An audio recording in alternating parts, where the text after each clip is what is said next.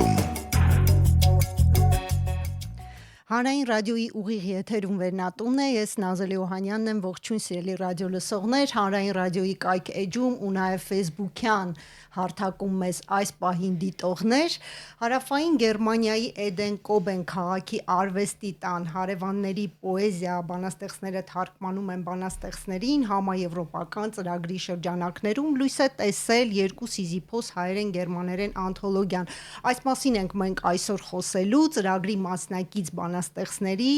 ովքեր որ մեր հաղորդման հյուրն են Արփի Ոսկանյանի եւ Գոհար Գալստյանի հետ։ Շնորհակալություն մեզ հյուրընկալվելու համար։ Շնորհակալ եմ։ Նախ խոսենք, թե ինչ է իրենից ներկայացնում այս ծրագիրը եւ ինչով է առանձնահատուկ այն թարգմանչական այլ ծրագրերից։ Ծրագրի նախապատմությունը 2024 թվականի հունիս-հուլիս ամիսների կտրվածքով մեկ շաբաթյա հրավերներ Էդեն-Կոբեն հայ ազգի 6 գրողների եւ ընտրությունը իրենք էին կատարել իրենց հրավերներ 3 կին բանաստեղծ եւ 3 արական սեռի։ Իրենցից էլ ուրեմն հրավիրել էին Գերմանիայի ամենատարբեր վայրերում բնակվող 6 գերմանացի բանաստեղծների, ովքեր նաեւ թարգմանություն են անում, դարձյալ 3 կին 3 տղամարդ եւ այս 12 բանաստեղծները իրար հանդիպեցին Էդեն-Կոբենի արվեստի տանը եւ տեղում հենց աշխատանոց էր։ Իսկ աշխատանոցին նախապատրաստել էր մեր հայազգի Արմենուհի Դրոստ Աբգարյանը, Հալեի համալսարանի պրոֆեսոր, որ նախապես մեր բանաստեղծությունների տողացիներն էր պատրաստել։ Իսկ տեղում արդեն մնացած ընթացք։ Իսկ հետաքրքիր է թե նպատակը ծրագրի որն է։ Ծրագիրը, որ կոչվում է Հարևանների պոեզիան, գոյություն ունի արդեն շատ տարիներ, մենք կարծես թե 36-րդն ենք, թե 36-ն ենք։ Այո, եւ մեզնից հետո հիմա այս տարի արդեն հյուրընկալվեց Չեխիան իրենց մոտ։ Այսինքն դա շարունակական ծրագիր է, որ գերմանացիները նախատեսել են իրենց հարևանների համար, բայց քանի որ հարևանները սահմանափակ են, այո, եւ եվրոպացիներ են, նաեւ ընթացքում այդ ցանկը ընդլայնվել է, որովհետեւ նպատակ է դրվել կարծես սահման հասկացությունն է փոխվել եւ աշխարհագրական սահմանից վերածվել է ավելի մշակութային սահմանի եւ փորձել են այդ ընդլայնված սահմաններում ներգրավել նաև նոր երկրներ, նոր ժողովուրդներ, նրանց պոեզիան, նոր բանաստեղծների եւ այդ շարքում օրինակ հայտնվել են Ուկրաինա, Սիրիան, այսինքն նույնիսկ Մերձավոր Արևելյան այդ երկրներն են ընդգրկվել եւ ահա նաև մենք։ Իսկ կար այդտեղ որոշակի քաղաքական սահմանների մասին այսպես երկխոսություն, թե դա միայն լեզվական ու մշակութային սահմաններին էր վերաբերում։ Միշտ երբ որ որևէ սահմանի է վերաբերվում խոսքը, դա իհարկե ունի նաև քաղաքական նշանակություն, եթե նույնիսկ այդ նշանակությունը շատ հստակ ու որոշակի չէ, ժամանակի ընթացքում այն անպայման արծարծում է նաև այդ սահմանների հարցը եւ իհարկե դա քաղաքական նշանակություն ունի իմ կարծիքով, չգիտեմ Գոհարը։ Կարծում եմ անպայման այդ տեսակ մի բան կա, բայց բոլոր դեպքերում նաև այդ մշակութային տարրը այնքան բարձր մակարդակի էր եւ այնքան մարդկային գործոնն էլ նուրբ էր աշխատում, որ դա աննկատ էր եւ պիտի ասեմ, որ իրենք շատ ջերմ վերաբերմունք ցուցաբերեցին թե մեր անձերի, թե մեր գրականության եւ ընդհանրապես այս երևույթի նկատմամբ։ Իսկ ասում եք, որ 36-րդներ, իսկ ովքեր են այլ հարևանները, եթե փորձենք այսպես հարևաններին նաեւ ներկայացնել, արդյոք սահմանը մեծ է, թե հիմնականում եվրոպական երկրներ են եղել այդտեղ մասնակից։ Հիմնականում արդեն ասացի, որ եվրոպական երկրներն են, բայց նաև եղել են Թուրքիան, Սիրիան, Ուկրաինան, Լատվիան, այո, նախկին Խորհրդային Միության երկրներն են։ Դե սկսել են Շվեդիայից, Շվեյցարիա, Շվեդիա, Դանիա, Միացյալ Թագավորություն, այդպես։ Ձեր ձերքին արդեն գիրքն է, բերել եք օրինակը, ցուցադրենք, եթե իհարկե կերևա։ փորձենք ցուցադրել։ Այո, եւ հետո ինձ հարց է առաջանում ինչու երկու Սիզիփոս այդ խորագրով, ինչ է այն խորհրդանշում այսպես գրական թարգմանության ու բանաստեղծի ասենց աշխատանքի համատեքստում կարող ենք դիտարկել։ Այո, շատ հետաքրքիր է, որ Սիզիփոսի հայտնի է այդ մետաֆորը, որը բանաստեղծները իրենց մոտ օգտագործում են իրենց բանաստեղծություններում։ Իմ մի բանաստեղծության վերնագիր էր դարձել երկու Սիզիփոս եւ անկախ ամեն ինչից դա շատ անձնական բնույթի մի բանաստեղծություն էր, որը ես չէի պատկերացնում, որ պիտի այդքան ընդհանրական մի նոր մետաֆոր ձևավորի երկու Սիզիփոս եւ արդեն դա տարածվում է եւ թարգմանական գործի եւ բանաստեղծների թարգմանիչների ջանքի եւ ընդհանրապես շատ հարցերում։ Այդպես իրենց ընտրություններ անակնկալ էր նաև ինձ համար, որ իմ բանաստեղծությունը դարձավ գրքի խորագիր, շատ հաճելի էր եւ ասեմ, որ անընդհատ իրենց խոսքի մեջ պտտվում էր այս մետաֆորը եւ տեղում հենց նոր դրսևորումներ էր ձեռք բերում։ Մի խոսքով սա էր իրենց ընտրությամբ վերնագրի խնդիրը, իսկապես գտնված վերնագիր է անկախ բանաստեղծությունից, նաև բանաստեղծական նման նախագծի համար եւ ընդհանրապես թարգմանության համար, որտեվ երբեմն մեզ թվում է, որ այսինքն մենք իհարկե գիտենք, որ թարգմանելիս կարևոր գործ ենք անում, բայց միևնույն է այդ աշխատանքը հաճախ իսկապես նմանվում է Սիզիփոսի այդ ջանքին, որ դա հավերժական ջանք է եւ հավերժական process, ոչ միայն թարգմանելը, նաեւ բանաստեղծություն գրելը, ու նաեւ վերջնական չէ, ինչ որ իմաստով։ Երբեք, այո, մշտական, շատ տիպիկ, ուրեմն գտնված վերնագիր է, կարծում եմ։ Իսկ հարց է առաջանում, թե օրինակ ձեր բանաստեղծությունը ինչի մասին է, այսինքն ձեր այդ տեքստը կոնկրետ ինչ նկատի ունեիք այդ Սիզիփոսների։ Եթե կոնկրետ երկու Սիզիփոսը կուզեի մի ընտանեկան զույգի պատմություն, որ հավերժաբար կրում է իր բեռը, կրում է ու տեղափոխվում է տնից տուն, իր ճակատագիրն է տանում իր հետ, իր բաժին խաչը, եւ այս պատմությունը այնքան դարձավ անանձնական, դե ընթերցողը գրքում կկարդա անպայման այս բանաստեղծությունը, ինչպես մյուսները, եւ ասեմ, որ ընտրությունը ընդհանրապես բոլորիս բանաստեղծական այդ բանաստեղծությունների ընտրությունը նախապես կոնկրետ ինձ առաջարկված էր տարբեր շրջաններից, շատ իրարից տարբեր գործեր, մի քիչ ավելի թարգմանության համար հարմար, այսինքն հանգավոր բանաստեղծությունները մի քիչ եւ որպեսի շարքեր չլինեն, որպեսի իրենք պատկերացում ունենան բանաստեղծի ընդհանուր ուրեմն բանաստեղծական աշխարհի մասին, այսպես։ Դե եկեք ընտրության մասին խոսենք, ավելի մանրամասն ինչպես է արվել ընտրությունը, ինչ սկզբունք է գործել ընդհանրապես ընտրության մեջ։ Սկզբունքը հետևյալն է, իրենք միշտ կանչում են 6 բանաստեղծի հարևան երկրից, այսպես ճակերտավոր հարևան երկրից եւ 6 իրենց բանաստեղծներն են լինում, աշխատում են պահել գենդերային բալանսը, 3 կին, 3 տղամարդ, եւ էլ ինչ սկզբունք էր գործում։ Եվ հա, սերնդային բանն են տարբերություններ, թեմատիկ առումով որևէ սահմանափակում չկա։ Նաեւ կարծում եմ մի քիչ ներկայացվածությունն է իրենց շուկայում, արկայությունը իրենց ամսագրերում, այդ բանաստեղծ, այսինքն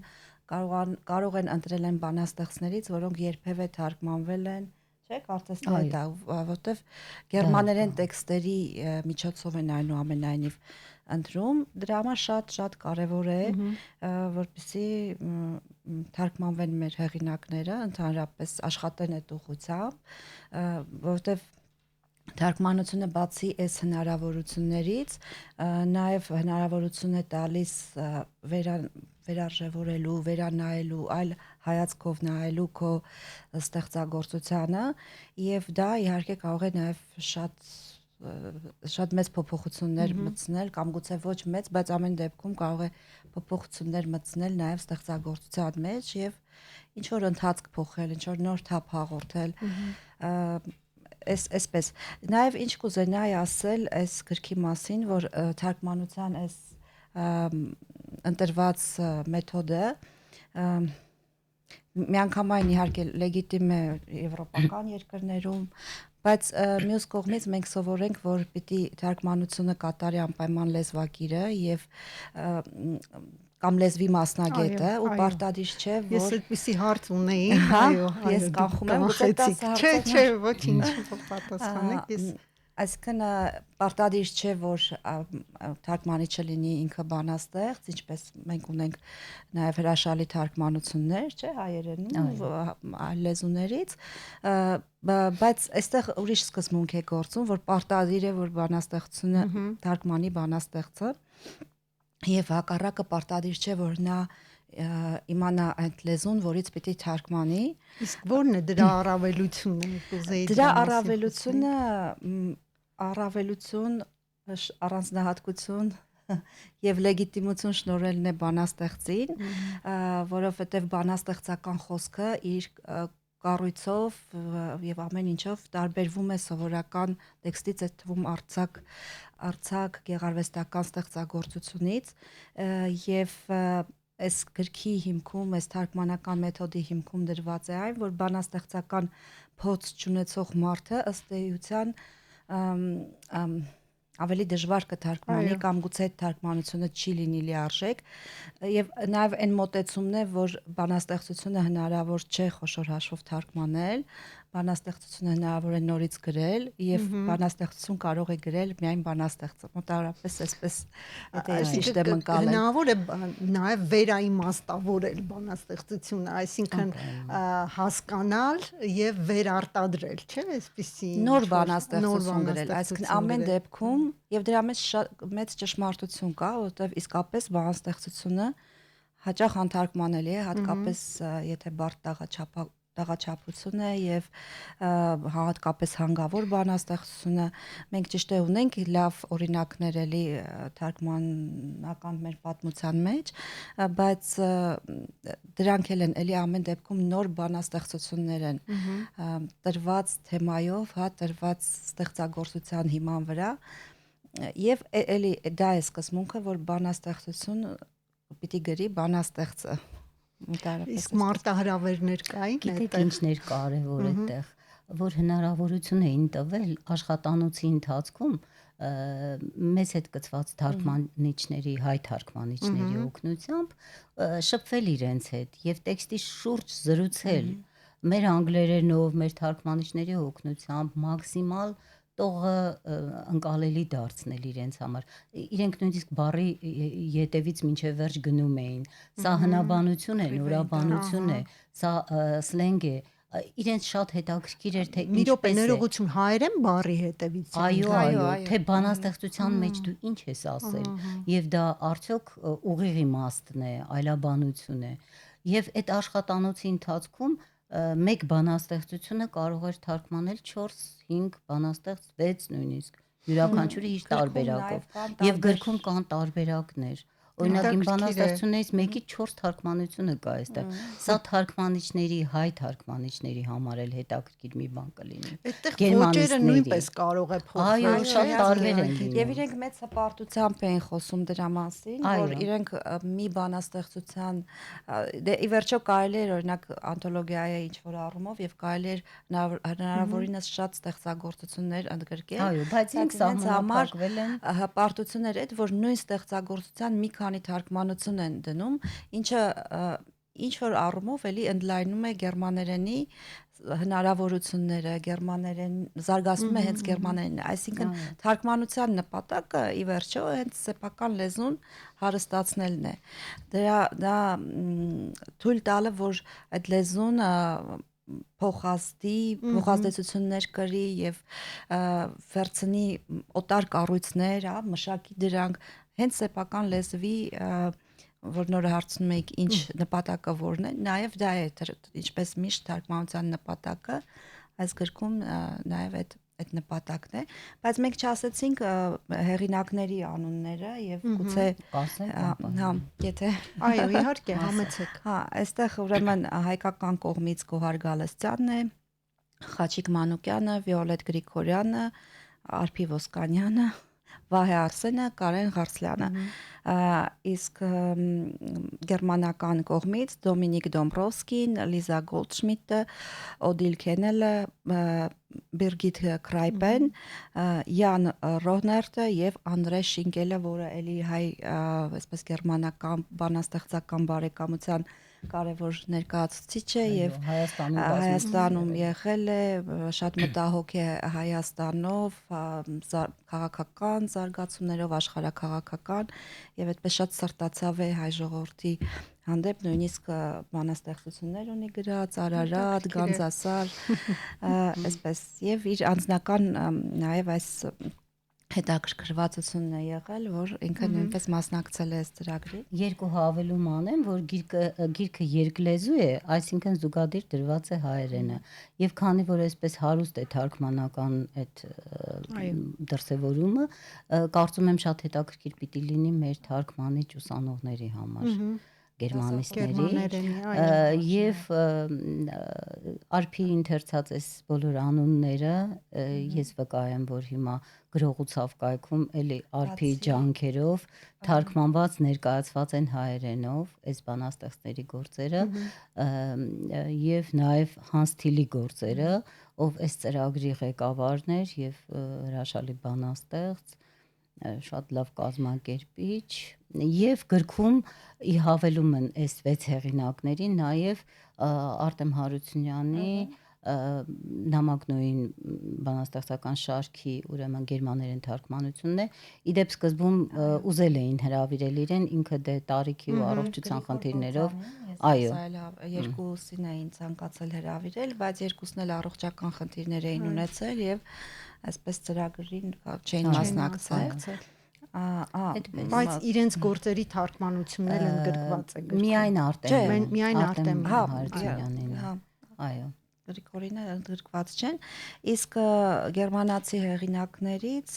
մենք այսպես պատասխան փոքր խոսենք էլի գերմանացի հեղինակների մասին, որովհետև տեսեք մենք մեր հեղինակներին քիչ թե շատ ճանաչում ենք, ստեղծագործությունները հայտնի է, այսօր գերմանական պոեզիան ինչ զարգացումներ ունի, ընդհանրապես ոնց է զարգանում, թե էլի այնտեղ ինչ վերաբերմունք կա ընդհանրապես բանաստեղծների գրողական միջավայրի հանդեպ, այդպես Դե իրենք գերմանացիներն ընդհանրապես շատ այսպես ինչպես եւ մենք գրականակենտրոն հասարակություն են եւ իրենց համար մեծ արժեք է իրենց գրականությունն ընդհանրապես ու իրենց գրողները ես նկատեցի, չգիտեմ, գուցե սխալվում եմ, բայց բավականին առնվազն այն գրողները, որոնց հետ մենք առնչվել ենք այս ծրագրի շրջանակներում, բայց ոչ միայն որտեղ ես այլ գերմանացի բանաստեղծների ենք թարգմանել գրողուցավ կայքով եւ նկատել եմ, որ բավականին հարազատ են մնում իրենց ավանդույթներին բանաստեղծական եւ շատ նրբորեն են այդպես շատ նրբորեն են խաղում իրենց ավանդույթների հետ, այսինքն այդպես չեն կոտրում, նորարարներ չեն, գուցե կան, չգիտեմ, մենք այն մասը, որին մենք ծանոթ ենք, իմ տպավորությունը ոչ այդքան խոր, ոչ այդ սա հետազոտության արդյունքում ստացված տպավորություն չէ, այլ զուտ այսպես հպանցիկ մի բան, եւ իհարկե իրենց մետաֆորիկ շատ տարբեր են։ Իրենք իրարից եւ տարբեր են եւ նման, ես կարծում եմ, որ շատ տարբեր են մեզնից իրականում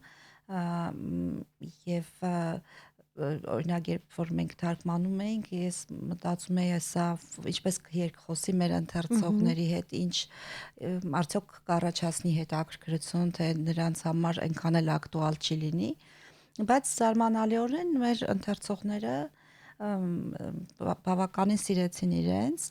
իսկ ընդհանրապես ինչ տարբերություն կամ ընդհանրություն կար իրենց ստեղծագործական այդպես մտածողության կամ թեմաների ընտրության մեջ, ասենք եթե զուգահեռներ անցկացնենք մեր ու իրենց բանաստեղծների միջև այդպես։ Ես ասեմ սկզբից լավ, ես այն ինչ որ նկատեցի, ուրեմն իրենց բանաստեղծությունը ավելի շատ ուղղված է ներս, իրենց հոգեկան ապրումների, հոգու շարժումների, գուցե փոփոխվող աշխարհում այդ հոգու ինքնազգացողության, բայց հոգու մասին է ավելի շատ քան մերը, որը ավելի այսպես ուղղված է դուրս եւ ավանդաբար էլ է այդպես մեր բանաստեղծությունը կարծես ավելի չէ, ավելի մեծ ժողովրդականություն վայելող գրականությունը պոեզիան եղել է նա, որը արծարծել է ինչ որ սոցիալական խնդիրներ, որը պատմական ինչ որ շրջանում նաև այո պատմական իհարկե եւ այս տարբերությունը ես եմ նկատել, միգուցե Գոհարը այլ բան է նկատել կամ Գոհար դուք իմ կարծիքով իրենք էլ եւ հոգեբանական եւ սոցիալական խնդիրներին անդրադառնում են եւ շատ պատկերային է իրենց պոեզիան օրինակ հենց Բիրգիտ Կրայբեն, որ մանկական հոգեբան է, մի գիրք էր ինձ նվիրել եւ ես այդ գիրքը իհարկե այդպես հեռախոսի Google Translator հավելվածի միջոցով կարդացի, շատ հետաքրքիր էր, որ ինքը անդրադարձել էր ամերիկյան մի հայտնի անունը չեմ հիշում, Woodman է ազգանունը, որ ինքնասպանությամբ 25 տարեկանում կյանքից հեռացել է, շատ հայտնի լուսանկարչուհի է եւ իր գործերը Լուվրում են ցուցադրվում եւ այդ նկարների շարքի անդրադարձով ինքը շատ պատկերային բանաստեղծական շարք էր գրել ամբողջ այդ նկարաշարի թեմայով եւ ինձ շատ հարազատ այնտեղ ելևէջներ կային, մանավանդ այդ քանդվող տան, այդ բուխարու հատվածի, այդ լուսանկարը, կնոջ ապրումների, այդ սերի ու այդ նուրբ զգացողությունների թեմայով ինքը շատ ազատ լուսանկարներ է անում եւ այդ լուսանկարներին համարժեք հետաքրքիր պոեզիա ունի Բիրգիտը կամ այդ մանկատուն շարքը գրողոցավում հրապարակված շարքն էլ կոչվում է մանկատուն եւ ինքը այնքան նուրբ եւ այնքան ցավոտ է նկարագրել հատուկ խնդիրներով երեխաների մանկատան այդ առօրյան, որ ինձ մոտ նույնիսկ երբ որ կարդացի, ինձ թվաց, որ դա իր անձնական փորձն է, շատ ծանր է ընթերցվում եւ մեր թարգմանչի Եվա Մարտիրոսյանի վրա էլ է շատ այդպես ազդել, հա, բայց հետո պարզեցի, որ դա իր անձնական փորձը չէ, պարզապես ինքը այնտեղ աշխատել է եւ ինքը ասաց էլ, երբ այդպես շատ հետաքրքիր էր Դոմինիկ Դամբրովսկու պոեզիան, բոլորից տարբեր, ինքը նահանգներում է բնակվում, այո, ինչպես որ մեզնից մեկն էր նահանգաբնակ Կարեն Կարսլյանը, այնտեղ իրենցից էլ Դոմինիկ Դամբրովսկին էր նահանգներից եկել եւ շատ հետաքրքիր նայել պոեզիա ունի, կարծում եմ շատ հաջող թարգմանություն է դա էլ Արփին է խմբագրել կամ թարգմանել տողացիներից այդպես խոսքով իսկ Անդրե Շինկելը շատ հայկական մի տեսակ ներաշխար ունի, շատ սիրում է մեր երկիրը, բազմիցս եղել է այստեղ, էլի է գալու։ Դա Աստված որ առիթ լինի բոլորը գան։ Հանս Թիլը ինքն է շատ հետաքրքիր մի կերպար, որ այստեղ ընդհանրապես բացման առաջին էջում այդպես իր շատ հետաքրքիր բանաստեղծությունն է ներառել ինքը մինչև մեր գնալը մեր բոլոր բանաստեղծություններից այդպես հատվածներ եւ կտորներ էր յուրացրել այսպես եւ մի հետաքրքիր բանաստեղծություն, որի հայերենն էլ մեզ տվեցին, այո, հումորային։ Դա որպես ողջույնի խոսք դրել է գրքում։ Բավականին ծարակշիռ բանաստեղծ է, այդպես մեծ համբավ ունեցող եւ նաեւ ակտիվություն ցուցաբերող, որովհետեւ ամեն դեպքում երիտասարդ բանաստեղծ չէ, բայց մշակութային գործունեություն է լայն ծավալում եւ ըստ էության այդ ծրագրի համակարգողն է հիմնական տարեց դա։ Հետո Լիզա Գոլդշմիդտի պոեզիան է շատ հետաքրքիր, որ ինքը նաեւ արտիստ է, այդպես շատ քնքուշ, նուրբ, իր կերպարին շատ բնորոշ, շատ նուրբել բանատող ունի, իր շարքն էլ շատ սիրուն շարք է, էլի գրողոցավում թարգմանված։ Շատ լավ, այս ամեն ինչը, այս փորձառությունը ձեզ համար ինչ էր նշանակում, կուզեի, որպես բանաստեղծներ, որպես հեղինակներ։ Իսկապես շատ մեծ փորձառություն էր, մանավանդ այս երկրորդ այցելությունը, որը ընթերցումների նպատակով էր, ուրեմն 3 քաղաքում Գերմանիայի, այդ հարավային Գերմանիայի, ուրեմն Mainz-ից մինչև Trier, դա հարավի, այդ Ֆրանկֆուրտից գնում ենք դեպի արևմուտք։ Ուրեմն Mainz-ը, Koblenz-ը եւ Trier-ը 3 քաղաքներ։ Առաջինը ուրեմն թատրոնում էր, կամերային շատ հետաքրքիր բար թատրոն էր, այդտեղ մենք ելույթ ունեցանք, պիտի ասեմ, որ իրենց հիմնականում գերմանական հասարակություն էր, մեկ հայկական ընտանիք Իսկ ո՞նց էր կար, արձագանքները ընդհանրապես շատ որովհետև իրենք եթե անկեղծ գերմաներենով ներկայացրեցին եւ արտիստները եւ ներկա բանաստեղծները, իրենք երկուական բանաստեղծ իրենցից հրավիրել էին ամեն քաղաք։ Մենք իրենց հետ շարժվում էինք, բայց նրանք մեզ այնտեղ միանում էին։ Այդպես, եւ ասենք սրահում միայն 3 հայ կային, բայց ամբողջ սրահը քար լռությամբ եւ շատ լավ արձագանք տվեցին ավարտին, լսում էին եւ հայերենին էլ էին շատ լավ արձագանքում։ Այդպես դե երկրորդ օրը արդեն մենք հսկա ժամանակակից գրադարաններ դա Կոբլենզում, այդ գրադարանում շատ բոլոր նորարարական այդ բաներով մի խոսքով գեր ժամանակակից։ Գոհար կարևոր էր ձեզ համար այս փորձառությունը։ Իհարկե, շատ կարևոր է։ Եվ միանշանակ եւ պետք է որ այն շարունակական լինի, այսպիսի շատ լավ հանդիպումները, կլինի, մշակութային կապերը գրողների միջև։ Ես կուզեի նաև Արփին խոսել։ Նախ ճանաչողական բնույթ ուներ այս ամեն ինչը մեզ համար, որովհետև ինչքան էլ մենք կարդանք Գերմանիայի մշակույթ, արվեստի պատմություն, գրականություն, բայց երբ գնում ես եւ ունենում ես այդ շփումները, կենթանի շփումները, դրանք բոլորովին այլ բան են եւ իրական մերձեցումը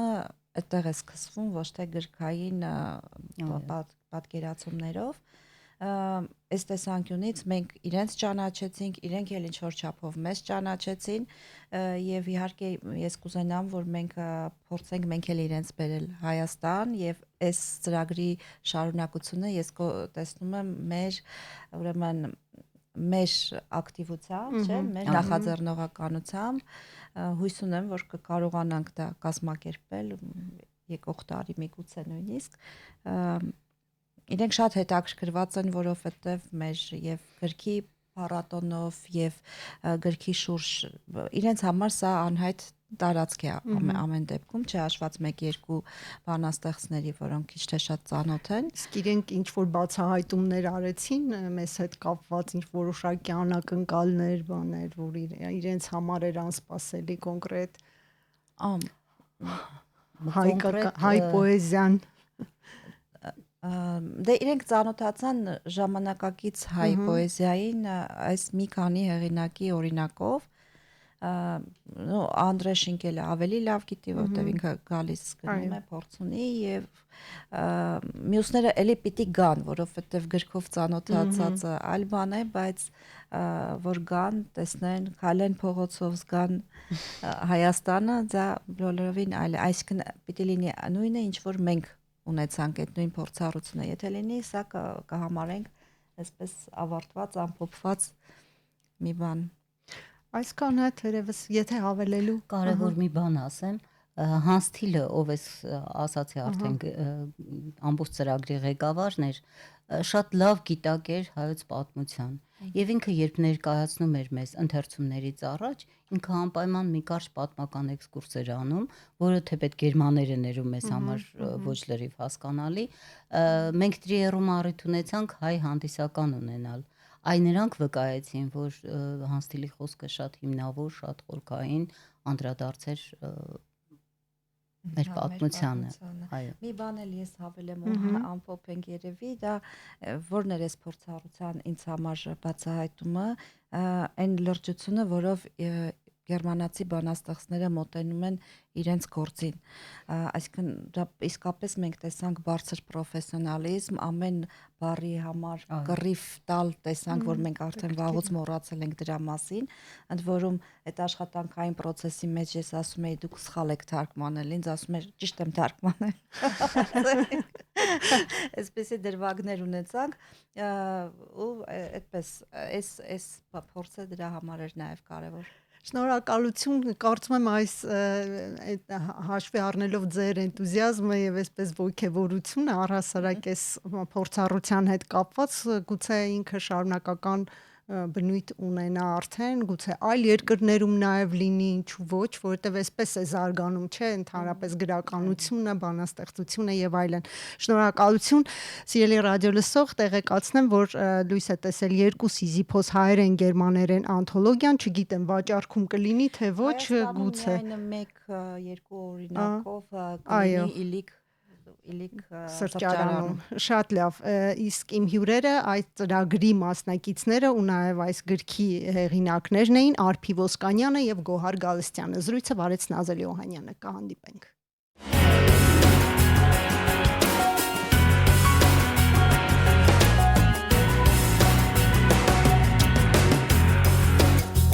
Վերնատուն